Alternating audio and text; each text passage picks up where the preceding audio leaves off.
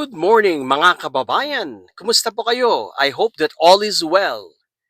Muli pong nagbabalik si Manong Rayban para po talakayin, mag-react sa interview of Sara Duterte. Para po talakayin ang pahayag ni Sara Duterte wherein she was defending herself of her attitude. Sinabi nga po niya na marami pong mga bumabatikos sa kanya like tinawag siyang luka-luka, tinawag siyang lukaret or siraulo, etc. etc. At meron yung sinasabi niyang 5 U's ba yun? Unbecoming, at unstable, etc. etc. Nagbigay po siya ng reaksyon sa mga sinabi ng mga lawmakers, gaya po ni Chis Escudero, at yung pong mga members po ng lower house. Mukhang nasaktan. Nasaktan ang BP Sara Duterte. Dahil nga po yan sa kanyang mga pahayag lately. Kung titignan po natin mga kababayan, talaga pong very unbecoming ang kanyang inasal. Ang kanyang behavior was very unbecoming of a vice president. Nakakahiya siya. Pangalawang pinakamataas na opisyal ng gobyerno ng Pilipinas at ganun po ang kanyang asal, ang kanyang klase ng pananalita. Nakakawala po ng respeto yung pong kanyang pag-uugali at asal. Kaya tinawag po siya na unbecoming yung pong kanyang mga ginagawa. Tinawag po siya ni Senate President Chis Escudero. Hindi po natin ma-blame itong mga tao na to na nagbigay ng reaksyon. Actually, isa na po tayo sa mga nakapansin dyan na ang kanyang pag-uugali ay hindi dapat. Dapat maging professional siya. Dapat maingat po siya sa mga pinapakita niya sa publiko. Dahil isa po siyang public servant, isa siyang mirror, isa siyang example dapat maging isang halimbawa para sa mga mamamayang Pilipino. Alam mo, kung isa kang public servant, expected na yan sa'yo. Na ikaw ay laging tinitignan ng taong bayan, ang iyong galaw, ang iyong pananalita. At napansin nga ng karamihan na mga Pilipino na ibang-iba na. Ibang-iba ang kanyang pinagsasabi, lalong-lalo na. Yung pong paghukay na sinasabi niya, paghukay sa labi ng former President Marcos Sr., tapos itatapon daw niya sa West Philippine Sea. Anong klaseng Vice President yan? Anong klaseng komento o pahayag yan? Kung meron kang personal conflict sa presidente ng Pilipinas, ay huwag mong idamay yung patay. Dahil wala yan sa usapan, hindi na yan kasali sa usapan. Dapat maging maingat ka sa iyong pananalita, Vice President Sara. Yan ay pambabastos sa namahinga na. At ngayon nga po, kanya pong gina-justify ang kanyang behavior na it was unbecoming, unstable, and she was even challenged na magpa-neuropsychiatric test. Yan po ang sinasabi nila.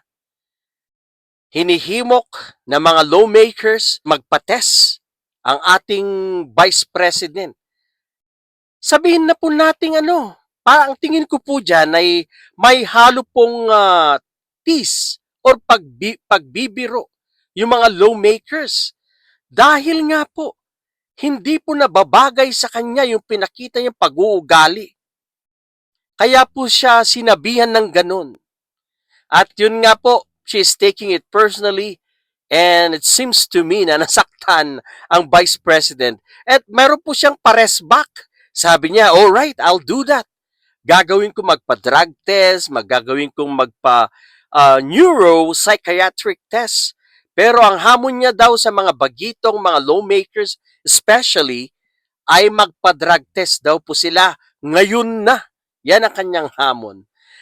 Mga kababayan, ito pong Vice President po natin ay makikita na she's very sensitive at madaling mapikon. childish, immature. Yan po ang mga nakikita natin sa kanya. Malayo po ito kay Leni Robredo, kay Madam Leni, malayo po ito.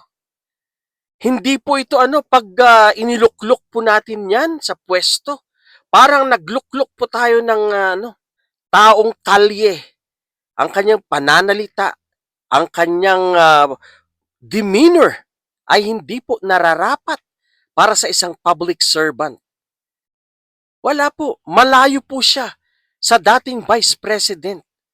Nakakahiya, kinahihiya na maraming Pilipino, sigurado, itong si Sara Duterte.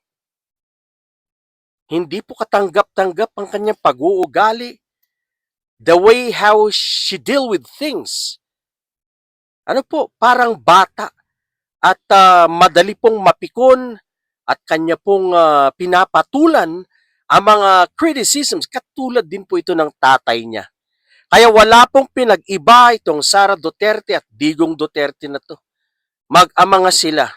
Kaya mga kababayan, we cannot blame those people na nagsabi sa kanya na she's unstable, na lukaret, luka-luka, her actions are very unbecoming. Her pahayag, yung kanyang mga pananalita, is very unbecoming of a vice president. We cannot blame them dahil siya po mismo ang gumagawa. Siya po mismo. Dahil nakikita yan ng taong bayan. Kaya po sinasabihan siya ng ganyan. Sa mga trolls, sa mga DDS, sabihin nyo na ang gusto nyo sabihin. But I will stick to my standards. Para sa akin, hindi nababagay, hindi kaya ng Vice President na maging Pangulo ng Pilipinas. Ngayon pa lang, kitang-kita na po natin, napakarami po sa kanilang mga qualities ang hindi maganda, actually negative qualities. Hindi po niya kayang maging Pangulo ng Pilipinas. Sa kangkungan tayo pupulutin pag siyang naging Pangulo ng Pilipinas.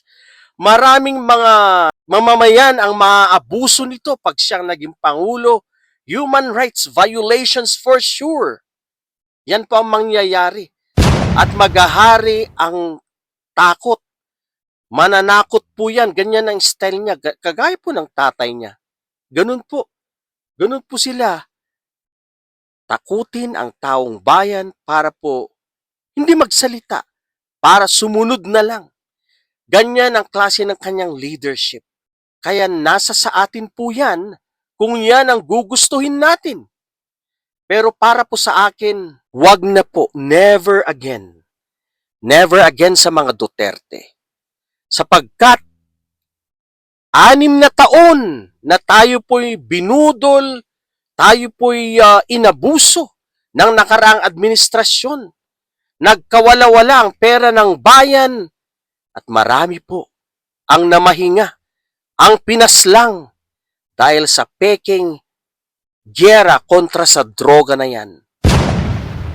Mga kababayan, hindi po si Sara Duterte ang kailangan ng Pilipinas. Siya po ay pang Davao lang, pang mayor, pang barangay captain. Yan lang po ang level na nararapat sa kanya. Hindi niya po kayang umakyat sa national level. Otherwise, ulitin ko, tayo po ay malalagay sa delikadong sitwasyon. Tayo po'y pupulutin sa kangkungan. Mga kababayan, nalalapit na ang eleksyon. I keep on reminding our countrymen, sa ating mga kapwa Pilipino, na sana po'y pumili tayo ng tama. Pumili po tayo ng mga malilinis na kandidato. Meron pong mga options dyan. May pamimilian. Wag na po sa mga Duterte at sa mga kaalyado ng Duterte. Dahil sila po ay mapanira sa ating bayan. Wala pong nangyari sa loob ng 6 na taon na yan. Wala. Ang lahat ay naging sunod-sunuran sa isang diktatoryang gobyerno ng former President Digong. Hindi po natin itong maipagkakaila na ang kanyang gobyerno ay gumamit ng puwersa. Although it wasn't pronounced as dictatorial government, pero sa mga pinaggagawa ng dating Pangulo, yan po ay isang dictatorial government. Nadali si former Senator Leila de Lima dahil sa impluensya ni Pangulong Digong sa mga justices sa justice system at sa Kongreso.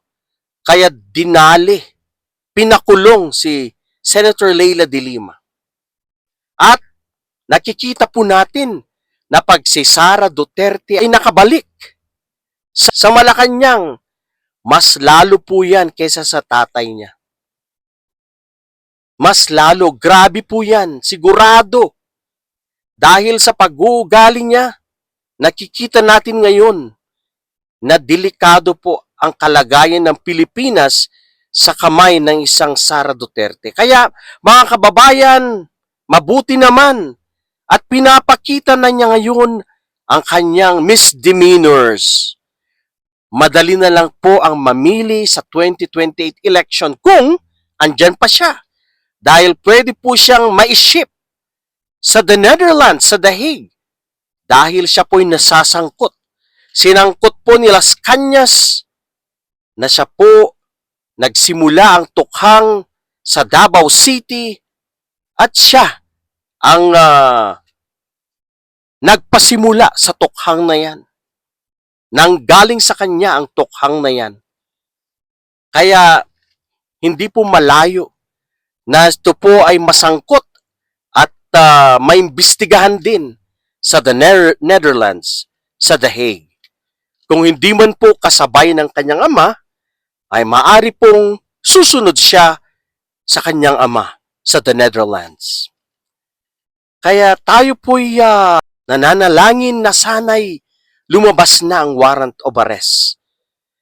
At ang Interpol po ay pumunta na ng Pilipinas at makipag-coordinate sa ating mga kapulisan. Dapat na pong ma-ship ang mga Duterte. Dapat na po silang may aresto at mapanagot sa The Hague. Dahil sila po ang sa ngayon, sila po ay ang nagiging dahilan ng pagkakawatak-watak ng ating bansa at mga kababayan. Kung mawala po sa equation ang Duterte, mas magiging tahimik po ang ating bayan. Yan po ang tingin ko dyan.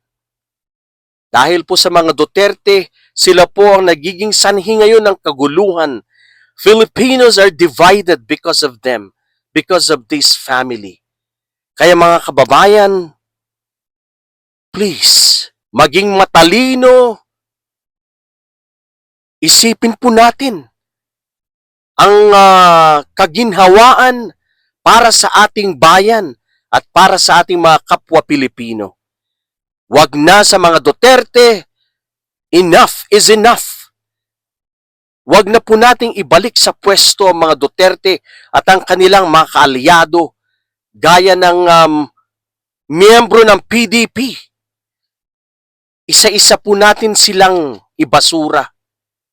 Si Bato, si Bongo, si Robin Padilla, si Philip Salvador at kung sino-sino pa dyan na mga kaalyado na mga Duterte. Mga kababayan, mahalin po natin ang ating bansa. Huwag na po nating hayaan na makabalik sa pwesto ang mga taong gumahasa sa ating bansa. Tama na, sobra na, Duterte, ibasura na. Magandang umaga po sa ating lahat. Marami pong salamat.